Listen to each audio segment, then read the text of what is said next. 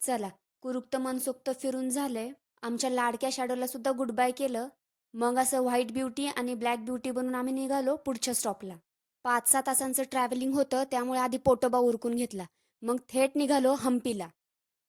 हम्पीतलं main attraction म्हणजे विरूपाक्ष मंदिर. त्यामुळे आधी आम्ही तिथेच गेलो. साधारण 7व्या शतकातलं बांधकाम आणि त्या काळातल्या वैभवाची जाणीव करून देणारं भलं मोठं असं प्रवेशद्वार.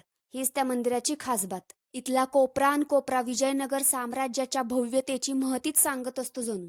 हे मंदिर महादेवाला समर्पित असून युनेस्को वर्ल्ड हेरिटेज साईटचा महत्त्वाचा भाग आहे. या मंदिरात आजही नित्यनियमाने पूजा अर्चा होत असते. त्यामुळे याला जिवंत तीर्थक्षेत्र सुद्धा म्हणतात. इथे माकडं सुद्धा भरपूर असतात बरं का. एका माकडाने तर शर्वीच्या हातातली चकली चोरून नेली. मग बसली रडत.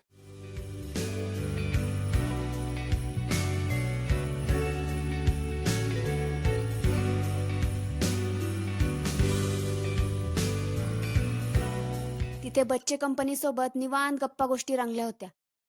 संध्याकाळचा टाइम होता, त्यामुळे व्ह्यू पण मस्त झाला होता.